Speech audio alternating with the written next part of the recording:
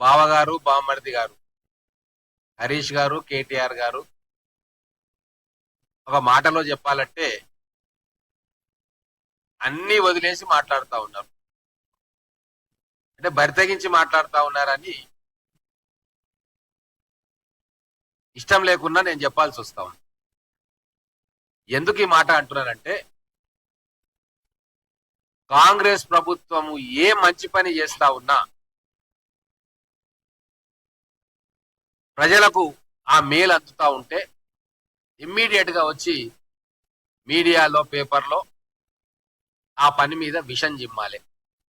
తెలంగాణ ప్రజల మనస్సులో విషబీజాలు నాటాలి.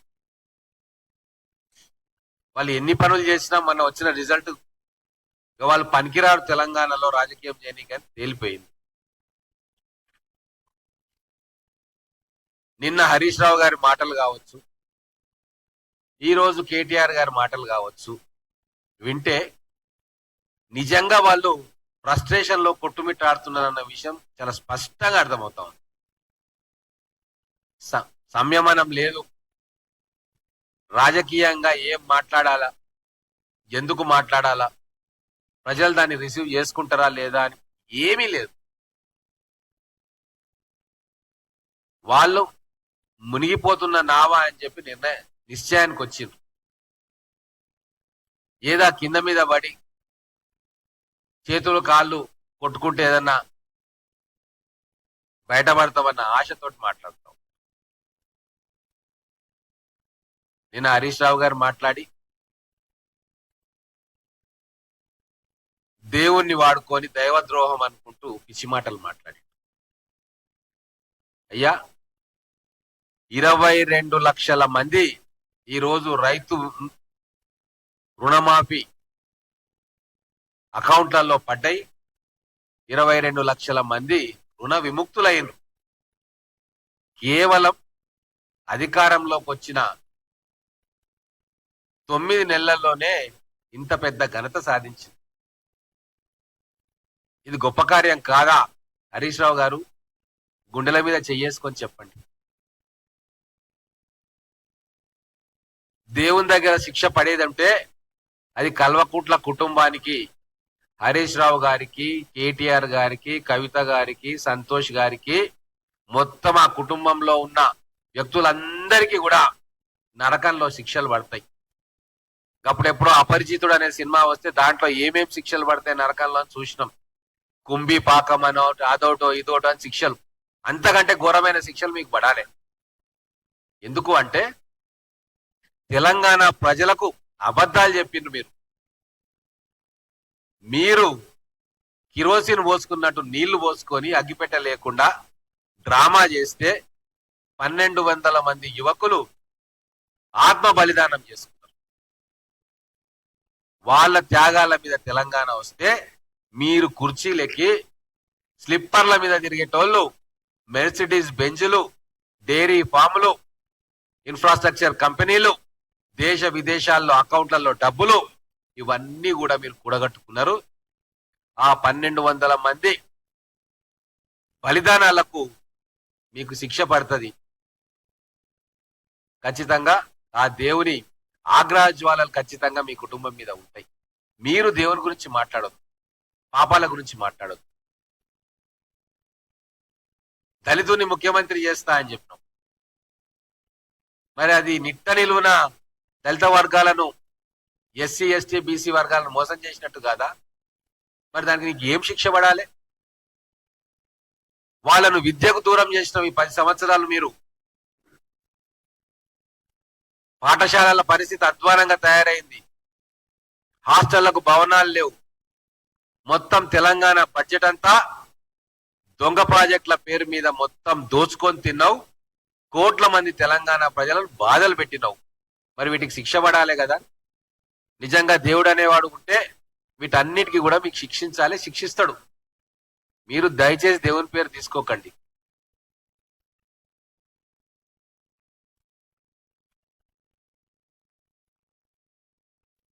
కేటీఆర్ గారి మాటలైతే ఆయన విదేశాల్లో చదువుకున్నాడట. ఏం చదువుకున్నాడు? ఊ అంటే కామెడీ అనుకుంటున్నాడు మొత్తం రాజకీయం అంటే.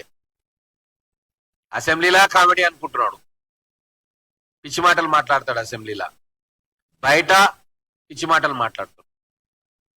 ఆడవాళ్ళ మీద ఏం కామెంట్లు చేస్తున్నాడు? సోయుండి మాట్లాడుతున్నారా కేటీఆర్ గారు? సంస్కారం నేర్పలేదా మీకు? ఆంధ్ర చదువుకున్నంత మాత్రాన ఆంధ్ర సంస్కృతిని వంట పట్టించుకొని రికార్డింగ్ డాన్సుల గురించి మాట్లాడతావా? తెలంగాణ సంస్కృతిలో ఈ రికార్డింగ్ డాన్సులు అవి లేవు. ఉంటే బతుకమ్మ ఆట పాట కొల్లాటాలు ఉంటాయి. నీకు తెలంగాణ సంస్కృతి నీకేం తెలుసు? ఉద్యమంలో నువ్వు వేడున్నావు. మీ నాయన గారు కేంద్ర మంత్రి అయిన తర్వాత ఇంపోర్ట్ అయినావు తెలంగాణకు, నాయకుడు అయినావు. ఎవరో తయారు చేసుకున్న కుర్చీ సిరిసిల్ల సీటు గుంజుకొని బోటాబోటి 120-130 ఓట్లతో ఆ రోజు గెలుచుకున్నావు. ఆ తర్వాత అధికారంలోకి వచ్చినాక మళ్ళా ఎమ్మెల్యేగా గెలిచినావు. దానికే నాకు ఇంత పొడుగు సీనియారిటీ ఉందని చెప్తావు. మీకు గాని హరీష్ రావు గారికి గాని నిజంగా మీరు నాయకులై ప్రజానాయకులు అయ్యుంటే బయటికి నియోజకవర్గాల్లో వచ్చి మీరు పోటీ చేస్తే మీకు తెలిసేది. సిద్దిపేట సిరిసిల్ల కాకుండా మీరు బయటకు వచ్చి పోటీ చేసినుంటే మీకు ఎన్ని ఓట్లు వస్తాయి, ఎంత మెజారిటీ వస్తుండే ఈ ఎన్నికలల్లా తెలిసేది. ఎవరో పుట్టలు పెడితే దాంట్లో దూరిర్రు మీరు. ఏం ఘనకార్యం చేసిర్రు హరీష్ రావు గారు? ఈరోజు ప్రతిరోజు మీడియాకు వచ్చి కాంగ్రెస్ మీద అక్కసు వెళ్ళగక్కుంటున్నావు. నువ్వు ఇరిగేషన్ శాఖ మంత్రిగా ఉండి ఎన్ని లక్షల కోట్ల అవినీతి ప్రాజెక్టులు కట్టినావు? కాళేశ్వరం మేడిగడ్డ ప్రాజెక్టు కూలిపాయ, సుంకేశ్ల గోడ కూలిపాయ, అన్నారం సుద్దిల్లల బుంగలు వస్తే ఎప్పుడు పోతుందో తెలియదు. 93,000 కోట్ల రూపాయల అక్షరాల ఆ మేడిగడ్డ కాళేశ్వరం మీద పెడితే ఒక్క రూపాయి కూడా లాభం రాలే. మరి ఇంత పెద్ద పాపాలు మీరు చేసినందుకు కనీసం పశ్చాత్తాపం కూడా మీకు లేదే? మీరు బురదలో దొర్లుకుంటూ మొత్తం బురద పై మీద రూసుకున్న తర్వాత ఆ బురదను వేరేళ్ళ మీద వేసే ప్రయత్నం మీరు చేస్తా ఉన్నారు. ఈ పాపం మీది కాదా హరీష్ రావు గారు? ఈరోజు రాష్ట్ర ఆర్థిక వ్యవస్థ విధ్వంసంలో కేసీఆర్ గారికి ఎంత పాత్ర ఉందో మీకు అంతే పాత్ర ఉంది. 13,000 కోట్ల రూపాయలు ప్రతి సంవత్సరం కాళేశ్వరం మీద తీసుకున్న అప్పుకు మనం వడ్డీ కడుతున్నామా లేదా? రాబోయే 10 సంవత్సరాల్లో 1,30,000 కోట్లు మనం రీపేమెంట్ చేయాలి.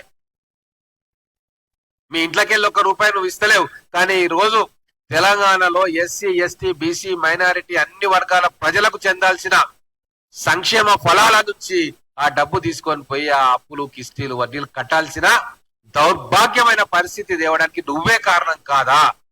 ఇంకా సిగ్గు లేకుండా మాట్లాడుతున్నావు అంటే మీ ఒంట్లో ఉన్నది శివునెత్తురు కాదు. అసలు మీరు మనుషులుగా మనుగడ సాగే అర్హత కూడా మీకు లేదు.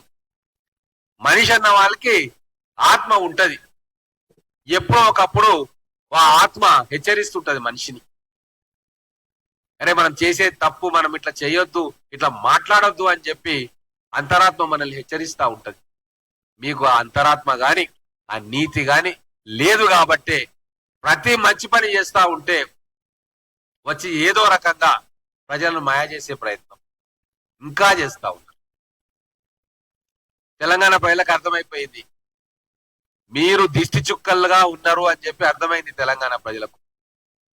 చూడచక్కని పెళ్లి కూతురు ఉంటది, పెళ్లి ముందు దిష్టి తగులుతుంది అని చెప్పి దిష్టి చుక్కలు పెడతారు. మీ చెర నుంచి, మీ విధ్వంసకర పాలన నుంచి తెలంగాణ విముక్తి అయిపోయి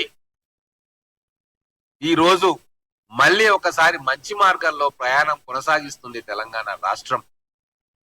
ఇక మరి దిష్టి తగలకుండా దిష్టి చుక్కలు కావాలి కాబట్టి ఈ బావమర్దులు ఇద్దరు ఆ దిష్టి చుక్కలుగా మిగిలిపోతా ఉన్నారు. ప్రజలు నవ్వుకుంటా ఉన్నారు మీరు చేసే పనులన్నీ చూసి. ఇక కేటీఆర్ గారు అయితే విదేశీ పర్యటన నుంచి రాగానే ఎట్లయితే రేవంత్ రెడ్డి గారు కాగ్నిజెంట్ లో పోయి 15,000 ఉద్యోగాల కోసం ఆ మేనేజ్మెంట్ తో కలిసి శంకుస్థాపన చేస్తే ఏమంటాడు? ఒక్క రోజులో ఎట్లా సాధ్యమైంది? అవును, రేవంత్ రెడ్డి గారి చిత్తశుద్ధి ఉంది కాబట్టే, కాగ్నిజెంట్ కంపెనీని కన్విన్స్ చేసుకున్నారు కాబట్టే, ఈ ప్రభుత్వం మీద నమ్మకంతో మా సిన్సియారిటీకి మెచ్చి వాళ్ళు ఇమ్మీడియట్ గా వచ్చి శంకుస్థాపన చేసిండ్రు. మరి మీ హయాంలో ఎందుకు చేయలేదు మహాశయ? మీ మీద నమ్మకం లేదు కాబట్టి. మీరు వాళ్ళని ఏం కొత్తమ కోరికలు కోరినరో, ఎన్ని అండర్ హ్యాండ్ డీలింగ్లు కావాలని చెప్పి కమిషన్ల కోసం వాళ్ళని అడిగినరో, వాళ్ళు భయపడినరు కాబట్టి వాళ్ళు చేయలే. ఈరోజు మేము పారదర్శకంగా ఉన్నాము, పెట్టుబడులు తీసుకురావడానికి సిన్సియర్ గా ప్రయత్నం చేస్తున్నారు మా గౌరవ ముఖ్యమంత్రి గారు కాబట్టి వారిని నమ్మి వచ్చి అక్కడ అమెరికాలో వాళ్ళని కలిసిన వెంబడే వాళ్ళు కన్విన్స్ అయిపోయినరు. గత పాలకుల్లాగా, ఆ దొంగల్లాగా కాదు ఇప్పుడున్న కాంగ్రెస్ ప్రభుత్వంలోని ముఖ్యమంత్రి గారు, ఐటీ మంత్రి గారు సిన్సియర్ గా తెలంగాణ ప్రజల కోసం ఉన్నారు అని నమ్మిండ్రు కాబట్టి ఇమ్మీడియట్ గా వచ్చి 48 గంటలు తిరగక ముందే వచ్చి ప్రారంభోత్సవం చేసిర్రు, కొన్నిటికి శంకుస్థాపన చేసిర్రు. ఇది మా నిజాయితీ. విదేశాలలో కూడా అర్థమైపోయింది మీరు దొంగలు, చీటర్స్ అని. ఇప్పుడు వచ్చిన కాంగ్రెస్ ప్రభుత్వము ట్రాన్స్పరెంట్ గా ఉందన్న విషయం ఎక్కడో వేళ్ల మైళ్ళ అవతల ఉన్న పెట్టుబడిదారులకు కూడా అర్థమైంది. మీకు ఇంకా అర్థమైతలేదు. మీ క్రెడిబిలిటీ జీరో అయిపోయిందన్న విషయం వాళ్ళకు అర్థమైంది, కానీ మీకు అర్థం కావట్లే.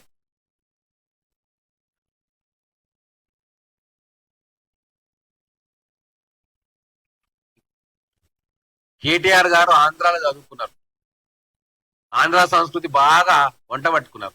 ఈ రికార్డింగ్ డాన్సులు తెలంగాణలో ఉండవు నాయనా, ఆంధ్రాలో ఉంటాయి అవి.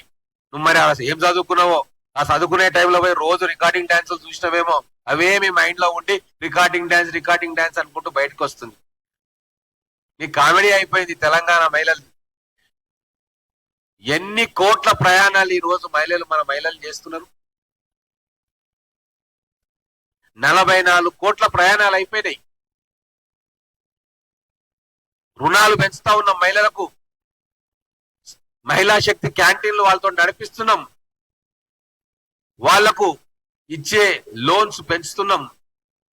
అమ్మ ఆదర్శ పాఠశాలలో వాళ్లకు భాగస్వామ్యం కల్పించి అమ్మనే సరస్వతీదేవిగా అక్కడ ప్రతిష్టాపన చేస్తా ఉన్నాం. ఆ మహిళా లోకానికి గౌరవం ఇస్తా ఉంటే మీకు వాళ్ళు అల్లమెల్లిగడ్డలు తీసేటోళ్ళలాగా రికార్డింగ్ డాన్సులు చేసేటోళ్ళ కనబడుతుంది. అంటే మిమ్మల్ని కానీ అనాల్సింది, మిమ్మల్ని పెంచిన మీ తల్లిదండ్రులు అనాలే, మీకు సంస్కారం నేర్పని కల్వకుంట్ల పెద్దలను అనాల్సి వస్తుంది. ఇప్పుడు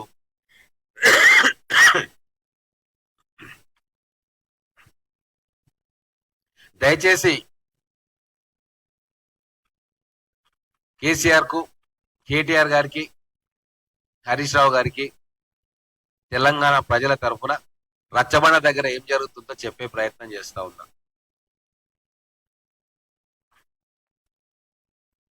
ప్రతి ఒక్క హామీని నెరవేర్చే ప్రయత్నం కాంగ్రెస్ ప్రభుత్వం చేస్తా ఉంది. మీరు ఇల్లంతా పొక్కిలు చేసిపోయినరు, ఆ ఇంటిని సరిచేసే ప్రయత్నం చేస్తా ఉన్నాం. ఇచ్చిన ప్రతి వాగ్దానాన్ని కూడా ఒక్కొక్కటి అమలు చేస్తా ఉన్నాం. ఆర్థిక క్రమశిక్షణ పాటిస్తా ఉన్నాం.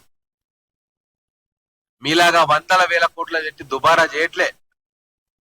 ఒక్కొక్క పైసా ఆచి తూచి ప్రజల సంక్షేమం కోసం ఖర్చు పెడుతున్నాము. ఆర్థిక శాస్త్రవేత్తలతో కూడా మేము మాట్లాడుతా ఉన్నాం. గత 10 సంవత్సరాల్లో ఇరిగేషన్ ప్రాజెక్ట్ లో డబ్బులు కాలబెట్టడం తప్ప ఏ క్యాపిటల్ ఎక్స్పెండిచర్ కూడా మీరు చేయలేదు. ఈరోజు దేశవ్యాప్తంగా ముక్కున వేలేసుకుంటున్నారు ఆర్థిక శాస్త్రవేత్తలు. పరిపాలన ఇంత అధ్వానంగా చేస్తారా ఎవరైనా?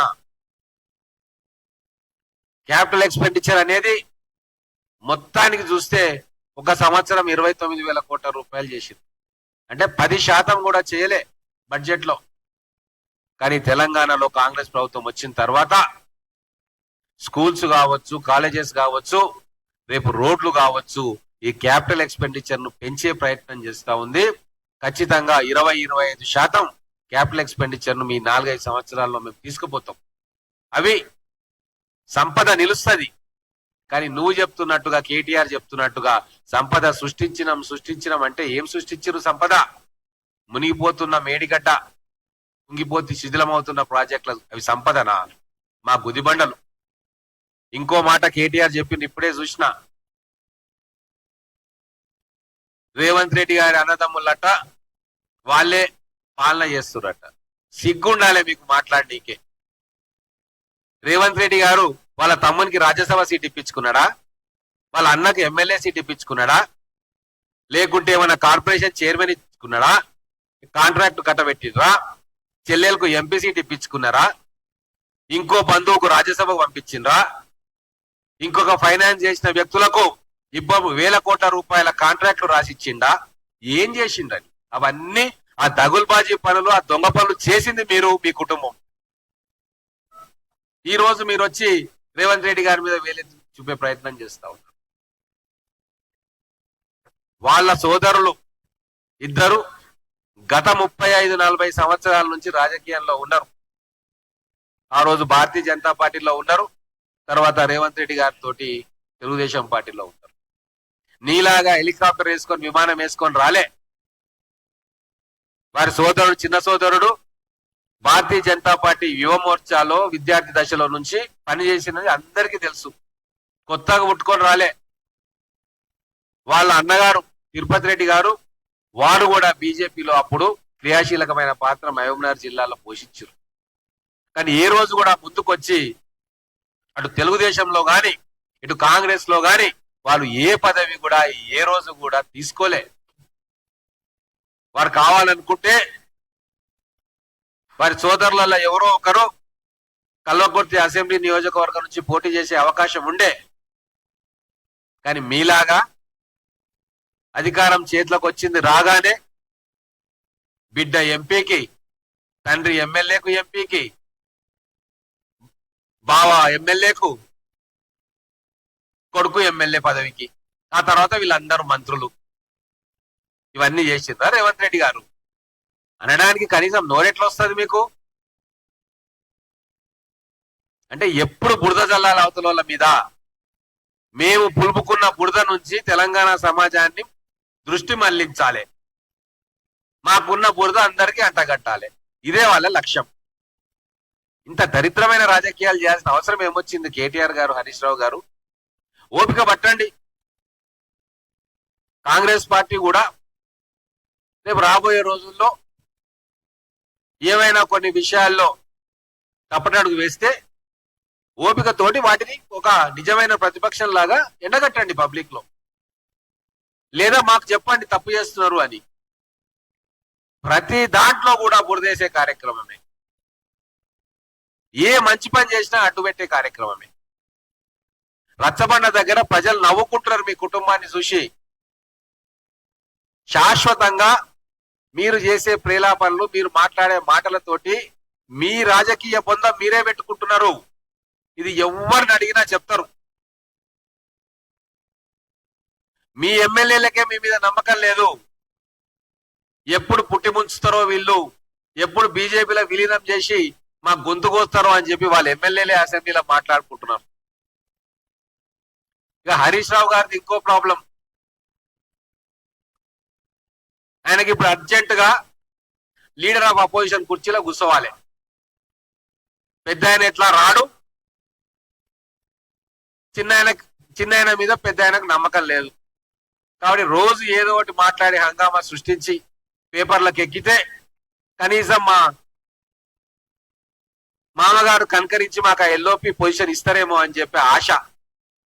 కానీ హరీష్ రావు గారు ఒక చెప్తా ఉన్నా, ముక్కు నేలకు రాసుకున్నా, నువ్వు కాశీ దాకా మోకాల మీద దేక్కొని పోయినా మీకు ఏ పదవి కూడా కల్వకుంట్ల కుటుంబం మీకు ఇవ్వదు.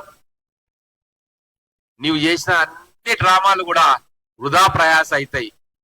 కాబట్టి అవన్నీ మర్చిపోయి ఒక నిజమైన ప్రతిపక్ష నాయకునిగా వ్యవహారం చేసి ప్రజల్లో మంచి పేరు తెచ్చుకో. నీకు కొద్దో గొప్పో కష్టపడతావు అనే ఒక పేరుంది. దాన్ని అపోజిషన్ లో ప్రజల కోసం ఉపయోగించి ఒక నిబద్ధత గల రాజకీయ నాయకుడిని, హుందాగా ఉండే రాజకీయ నాయకుడిని పేరు తెచ్చుకుంటే నీకు కలకాలం రాజకీయ భవిష్యత్తు ఉంటది. లేకుంటే ఆ కుటుంబంతో నువ్వు కూడా రాజకీయ సమాధి కావడం సత్యం. ఇది జాగ్రత్త గుర్తించి ప్రతిదానికి మీడియాలకు వచ్చి పిచ్చి పిచ్చి మాటలన్నీ, సంబంధం లేని అసందర్భ ప్రేలాపనలన్నీ కూడా చేస్తే నీ విలువ నువ్వే తగ్గించుకున్నట్టు అవుతుంది. ఒక 10 సంవత్సరాలు మంత్రిగా పనిచేసినావు. తెలంగాణ రాష్ట్రంలో ఇంత విధ్వంసానికి నువ్వు కూడా ఒక ప్రధాన కారణం. నువ్వు చేసిన పాపాలకు ప్రాయశ్చిత్తం చేసుకో. కొన్ని రోజులు మౌనంగా ఉండు. ఓ సంవత్సరం 2 సంవత్సరాలు వెయిట్ చేసి కాంగ్రెస్ పార్టీ కానీ రేవంత్ రెడ్డి గారి ప్రభుత్వం కానీ ఏమైనా తప్పులు చేస్తే నిజంగా అప్పుడు నువ్వు బయటకు వచ్చి ప్రజల కోసం మాట్లాడు. నేను చేసే తప్పులను సవరించు తప్ప నేను చేసే ప్రతి మంచి పనికి కాళ్ళలో కట్టడ్డం పెట్టే కార్యక్రమం చేస్తే నీ బొంద నువ్వే దోవుకున్నట్టు అవుతుంది. జాగ్రత్త.